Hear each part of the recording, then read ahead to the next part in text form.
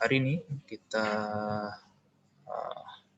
belajar teori mikro 2 ya, merupakan materi lanjutan dari pertemuan sebelumnya.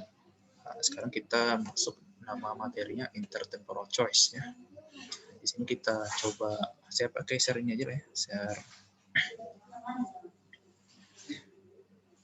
screenshot saya aja ini. Screen saya, screenshot lagi. Intertemporal choice. Di sini kita mempertimbangkan individu itu membuat pilihannya berdasarkan tidak di satu waktu saja selama ini yang kita pelajari ya. Kita hanya menduga-duga atau membuat suatu model pilihan individu itu cuman saat sekarang saja. Jadi tidak mempertimbangkan nanti di masa depan saya apa gitu kan. Ya kan kita kan seperti itu. Ada yang konsumsi pendapatan dia sekarang tidak semua dikonsumsi, disisakan nanti buat dipakai di bulan depan misalnya. Atau sebaliknya ada orang minjam uang karena banyak kebutuhan hari ini akhirnya minjam. Hal-hal seperti itu tidak kita analisa sebelumnya, tapi di pertemuan ini akan kita masukkan model itu. Kita akan melakukan model pemodelan dengan mempertimbangkan pilihan waktunya. Di sini untuk mempermudah, biasanya kita kan ada ya sebagian orang yang gaji itu adalah per jam, ada yang per jam. Nah, itu yang kalau mau artis gitu. Kemarin teman saya ngundang salah satu host terkenal ya. Mungkin sekarang udah nggak terkenal ya, tapi 10 tahun lalu tuh cukup terkenal ya. Untuk menjadikan sebagai moderator bedah buku. Itu per jamannya hitungannya puluhan juta gitu. Ternyata ada orang kayak gitu ya. Ketika dia menjadi lebih mahir di bidang itu, hitungannya per jam jadi host. Nah, ada yang seperti itu, tapi di sini kita modelkan ya, bahwa anggaplah dia sebagai pendapatan itu berupa gelondongan ya, atau satuan utuh gitu ya, yang dia bayarkan.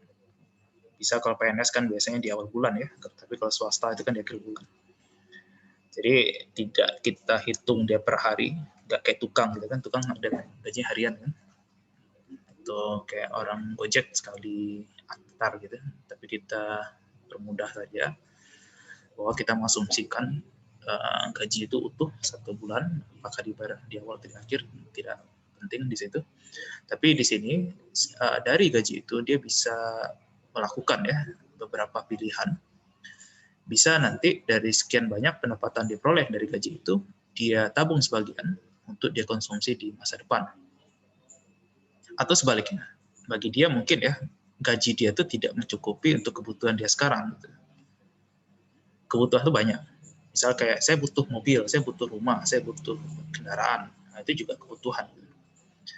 Tapi kalau kita ingin punya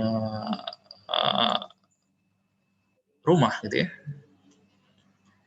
kalau mau tidak utang ya kita paksa kita nabung gitu kan, atau kita sisihkan pendapatan kita sampai misalnya 20 tahun ke depan baru kita bisa beli rumah.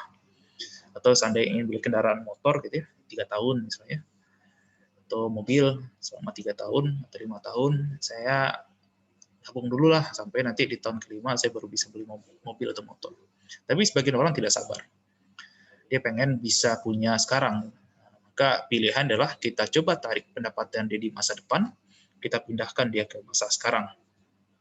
Oke, nah sekarang kita balik sini. Ini beberapa ada yang ngantuk nih.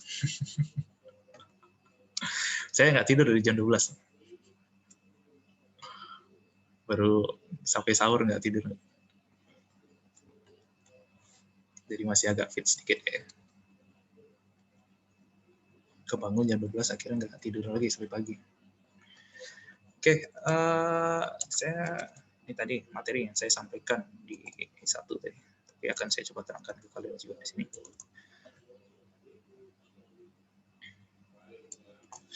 Ini termasuk perbedaan nanti ya antara konvensional sama syariah itu di mana nanti. Tapi akhirnya dia debatnya di sini ya. Bagi anak-anak syariah sama anak syariah debatnya di sini, saling kritiknya situ. Misal ya, ada yang punya 100 juta di sekarang tahun 2020 ya. Pertanyaannya, apakah sama nilainya di 100 juta di tahun 20 tahun ke depan? Sama nggak nilainya? Beda. Beda. Mana yang lebih besar nilainya? Secara nilai ya, bukan secara angkanya, tapi nilainya. Mana yang besar? Tahun 2020. Nah, ini bahasa kerennya gitu, time value of money. Bahwa nilai uang sekarang itu lebih berharga dibandingkan uang di masa depan. Ya, kita akan mengatakan secara nilai uang sekarang yang 100 juta itu lebih besar dibandingkan 100 juta di tahun 2040. Nah, kalau seandainya apa kan ada present future gitu ya, yang kalau kita bahasa Inggris gitu kan, bahasa Inggris ada yang present gitu ya, saya singkat dengan present value ya, nilai dia sekarang itu akan lebih besar dibandingkan nilai dia di masa depan. Nah, ini akan menjadi masalah nanti ketika masuk dunia perbankan atau dunia keuangan ya, sektor keuangan, yang kita akan terjadi pinjam meminjam, utang piutang gitu. Pertanyaannya, mau nggak orang itu meminjamkan uang 100 juta di tahun 2020 terus dibayar dengan 100 juta juga di tahun 2040? Kalau seandainya kita percaya dengan time value of money, itu akan tidak ada yang mau. Karena ngapain saya minjamkan 100 juta, misalnya 100 juta sekarang mungkin saya bisa beli mobil misalnya. Mungkin di 2040 ke depan itu nggak bisa lagi, atau beli rumah lah misalnya. Ya, saya mau beli rumah 100 juta bisa misalnya. Tapi pas di tahun 2040 mungkin nggak dapat rumah mungkin ya, barangkali seperti itu. Kita nggak tahu 20 tahun ke depan. Tapi kita udah bisa memperkirakan kayaknya 2040 100 juta ke depan itu nggak akan seperti itu. Nah, maka ketika seperti ini, agar nilainya sama ya, PV ini sama dengan future value, nah ini orang-orang liberal itu gampang dibikin kemudian. Daripada pusing, gampang aja. Kasih aja bobot. Itu yang kita gunakan adalah 1 ditambah suku bunga. Ya. Ini selera buku ya. Ada yang pakai I, ada yang pakai R, itu selera buku saja. I itu ada yang pakai interest rate yang nominal, tapi kalau R itu real interest rate, suku bunga real ya. Jadi bagi orang liberal ya, itu agar nilai future value ini besar dan sama dengan ini kan karena present value lebih besar ya dibandingkan future value. Maka caranya itu harus dikasih bobot lah, tambahan nilai agar nilainya sama dengan present value. Ya. Sampai sini Pak, cara logikanya. Ini karena varian memang dari Amerika ya. Nggak ada yang belajar syariah kan. Ini kalau mau syariah kalian harus bongkar ini. Benar nggak nilai uang itu sama atau tidak? Karena dia akan berkaitan pada sini nanti. Masa riba itu kan nanti debatnya masa riba. Apakah ini riba atau tidak? Ya. Nah, ini di sini kita menganggap bisa juga nanti dengan cara yang sama ya. Kalian disuruh cari. Kalau begitu bagaimana kalau seandainya present value ada, future value suku bunga ada, tapi belum ada future value, gimana caranya? Bisa nggak dicari? Bisa nggak? Bagaimana caranya? Kalau suku bunga ada, present value ada, tapi future value belum ada. Gimana caranya? Bisa Pak. Gimana caranya? PV per 1 ditambah R. Oke, itu ya, itu jawabannya ya. Bahwa caranya adalah ini dibagi aja, beda ruas gitu kan. Karena di sebelah kanan itu bentuk perkalian, ketika dia beda ruas, dia akan menjadi dibagi gitu ya.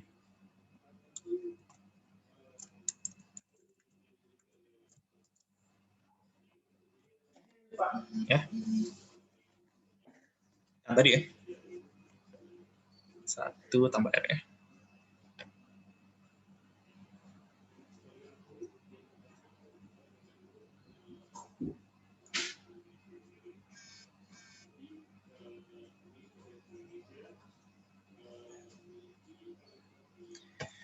Bentar ya, saya ambil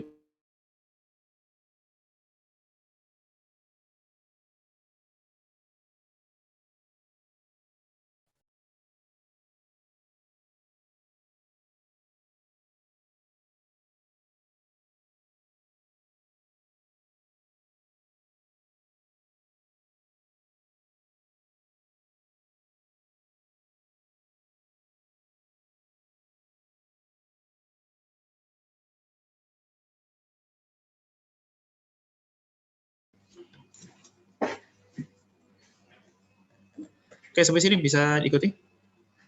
Ada yang mau ditanyakan sebelum saya? Siapa? Ada yang mau bertanya? Kalau untuk pangkat N itu bagaimana, Pak? Oh, pangkat N. Oke, itu pertanyaan bagus. Cuman kalau mau dibikin apa boleh ya. Itu kalau pangkat N itu karena kita mempertimbangkan waktunya sekarang, tidak satu waktu. Ini kan 2 periode ya. Bagaimana kalau seandainya 10 tahun, 30 tahun, ya terpaksa harus dipangkatkan. Ya, karena dia akan ganda suku bunganya kan. Misal, kalau seandainya soal yang tadi kita pakai ya, maka 10 tahun ke depan, atau 20 tahun ke depan ya, ini dikali dengan 20. Dan itu bebas. Bisa bulan, harian, tahun gitu ya. Tapi beberapa buku soal kan biasanya pakai tahun ya. Atau malah yang agak complicated sedikit dibikin kayak gini misalnya itu. Kalau seandainya 2 tahun, tapi mau hitung dalam bentuk bulan, berarti kan dia harus dikali ya, 2 kali 24, berarti 24 periode gitu. Itu selera soalnya. Tapi untuk ini, si varian ya, menerangkan kita permudah, jadi kita asumsikan, pertama di sini, nah ini ada satu hal yang lupa saya tanamkan asumsinya ya. Dan terima kasih Messi sudah mengingatkan bahwa asumsinya cuma 2 periode waktu. Jadi saya nanya sama E1 bahwa kalian dari makro 2 pakai buku apa? Katanya pakai buku Sanjay ya. Nah, ini diterangkan juga di Sanjay. Kita asumsinya 2 periode waktu saja ya. Periode 1 sama dan periode 2. Asumsi di periode 3 udah kiamat, nggak ada lagi kehidupan. Jadi dia pilihannya apakah dihabiskan pendapatan dia di periode 1 ya, dan tidak menyisakan di periode 2, atau dia tidak mengkonsumsi di periode 1 dan dihabiskan di periode 2, atau dia melakukan kombinasi-kombinasi yang apakah dia pinjam sebagian sedikit ya pendapatan dia di periode 2 untuk ditarik kepada periode 1, atau dia malah mentransfer pendapatan dia di periode 1 dan pindahkan ke periode 2. Nah, karena 2 periode ini sangat mempermudah ya, kita tidak perlu dipangkatkan lagi karena kita mempertimbangkan tahun depan berapa ya, 1 dong pangkat 1 ya. Kalau seandainya tahun depan berapa nilai tahun depan ya, ini kan nilai tahun depan adalah ini pangkat 1 gitu, pangkat 1 ya bisa kita abaikan ya. Jadi si varian itu mempermudah dengan seperti ini. Kalau di Sanjay itu sampai N ya. Diterangkan juga dengan 2 periode waktu dulu di Sanjay, lalu nanti diterangkan bagaimana kalau waktunya itu tidak terhingga sampai N tak tertentu. Di Sanjay seperti itu. Nah, di sini varian kita terangkan dengan 2 periode waktu yang sama dengan Sanjay juga, cuman kita permudah saja analisa kita cuman di 1 periode waktu, 2 periode waktu yang selesai. Periode sekarang sama di masa depan. Oke, terjawab Messi, ada pertanyaan lain? Cukup, terima kasih Pak. Oke, kita lanjut ya. Oops. Saya mau ini sambil kok ya, saya paralel dengan mengadakan acara apa persiapan acara kita. Lanjut di sini kita coba balik ke slide-nya ya. Nah, tadi telah saya terangkan bahwa periode waktu itu cuma ada 2, periode sekarang sama periode ke depan ya, dan suku bunga telah saya terangkan juga bahwa suku bunga lah yang membuat nilai itu sama nanti antara periode 1 dengan periode 2 ya. Kita asumsikan dengan model sangat sederhana. Di sini kalau seandainya seseorang tuh menabung ya, $100 terus suku bunga 10% ya, 0,1, maka nilainya adalah sangat gampang bahwa nilainya adalah present value-nya yaitu 100 dikali dengan 1 ditambah 0,1, maka hasilnya akan menjadi 110. Sepakat? Atau tidak paham? Paham nggak maksudnya? Paham, Pak. Paham. Saya bicara tentang tadi ya, nilai present value, kita ke word kita.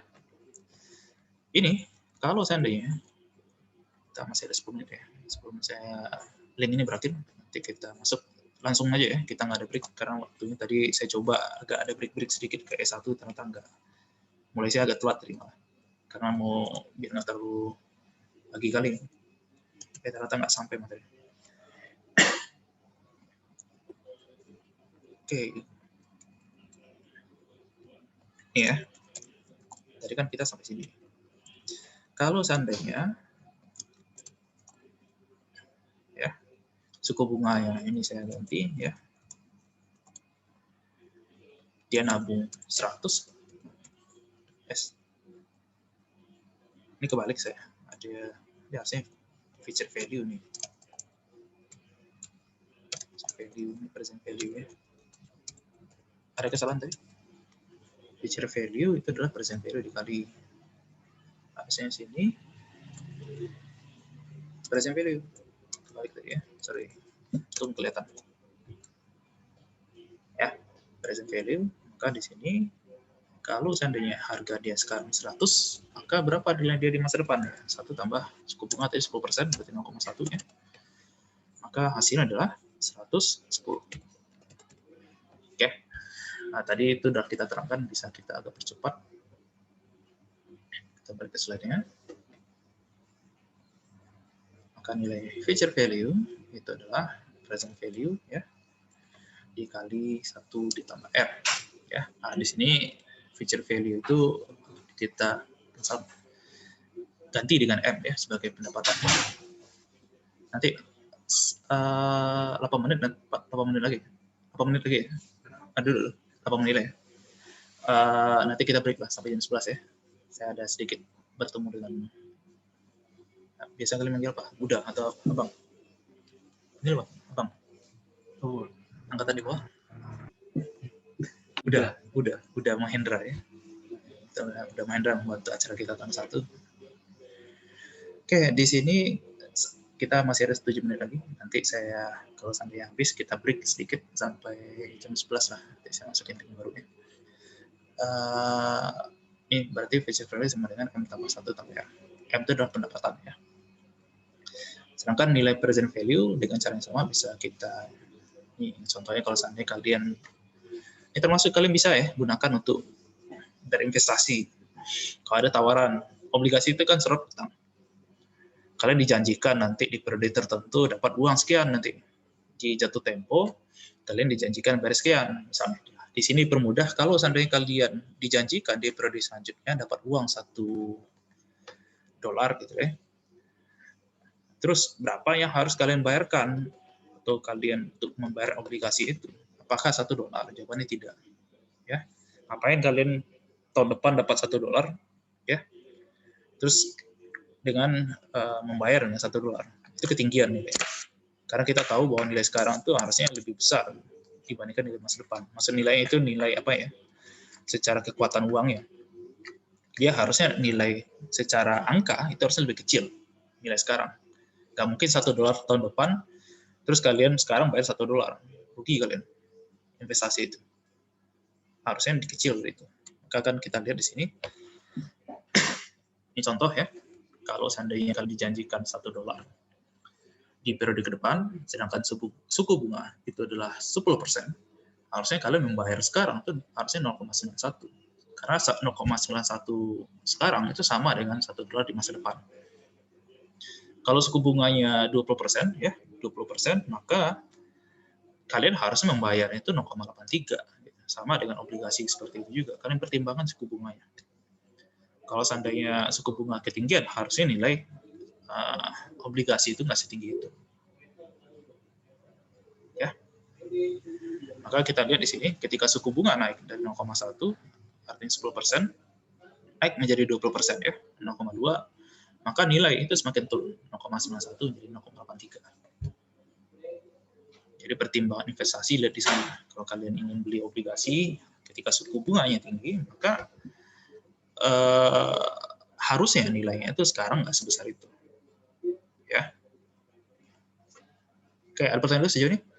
Sebelum saya lanjut? Tidak ada? Tidak, Pak. Oke, bisa ikuti ya. Bisa. Nah, di sini kita bikin satu notasi ya, tambahan. Bahwa kita asumsikan seseorang itu punya pendapatan. Ya, kita sebutlah M1 sampai M2. M1 ini sebagai pendapatan dia di periode 1, sedangkan M2 itu pendapatan dia di periode 2. Terus seseorang itu akan melakukan konsumsi ya. Sini C1 dan C2. C1 berarti konsumsi di periode 1, sedangkan C2 itu konsumsi di periode 2. Ya. Terus ada P1 dan P2. P1, P2 itu adalah harga. Nah, kemarin dulu pas kita teori mikro ya, 1 diterangkan bahwa pendapatan seseorang, kalau kita bikin satu budget constraint ya, kita selera miskin varian nih, kalau si apa beda lagi ya, si Nicholson bisa P1 X1 kalau si varian ya, kalau Sanjay nggak salah sama P1 X1 X1 ditambah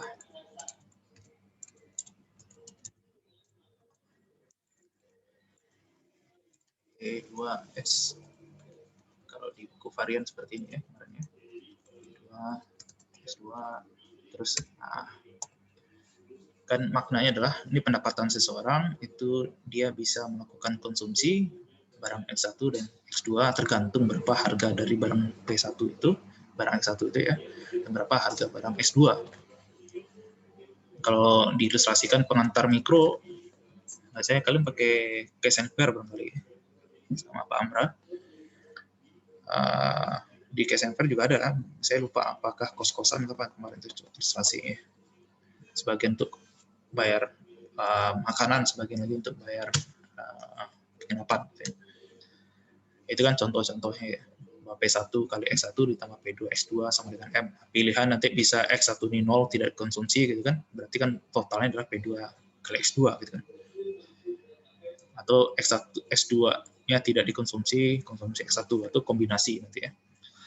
Sedangkan untuk interterm pro-choice, kita asumsikan konsumsi itu X1, X2 itu ya, kita permudah lagi, semakin kita permudah, C1 aja kita anotasikan. Itu maknanya adalah konsumsi dia di ya, konsumsi dia di periode 1. Jadi kita permudah dengan cara seperti ini. P1 dikali C1. Artinya berapa banyak harga barang, berapa P1 kali C1, C1 adalah konsumsinya, P1 adalah harganya. Berapa banyak bisa dibeli ya tergantung berapa pendapatan dia, berarti M1 kan. Jadi pilihan dia konsumsi itu tergantung berapa M1-nya dan tergantung juga dengan harga gitu. Berapa yang bisa dikonsumsi C1 nih, apa C1 bisa dikonsumsi. Begitu juga dengan periode 2, kita bisa mengatakan bahwa periode 2 itu adalah ya, P2 dikali C2. Oke. Jadi kita mengatakan bahwa konsumsi dia di periode 2 berkaitan dengan berapa pendapatan dia dan berapa harganya. Nah, oke, untuk mempermudah lagi ekonom itu pakai asumsi untuk mempermudah. Apa yang kita permudah adalah kalau ini kan, kalau harga itu kan pasti nggak mungkin sama, itu kan harga pasti berbeda-beda. Tahun sekarang, tahun depan harga beda. Harga rumah, harga mobil dan seterusnya. Nah, di sini kita asumsikan lagi tambahan satu bahwa kita asumsikan nilainya sama. Dan lebih dipermudah lagi bahwa harganya angka yang sangat mudah sekali, angka $1. Untuk apa yang mempermudah ini? Kan tinggal diganti. Berarti yang 1 sama dengan berapa dong? 1 dikali C1 apa dong? 1 kali C1?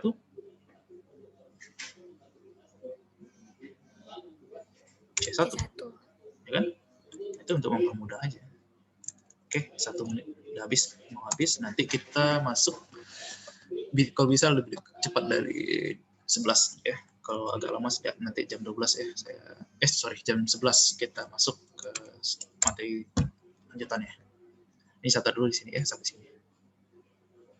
Bahwa C1 itu akan sama dengan M1, sedangkan C2 itu akan sama dengan M2.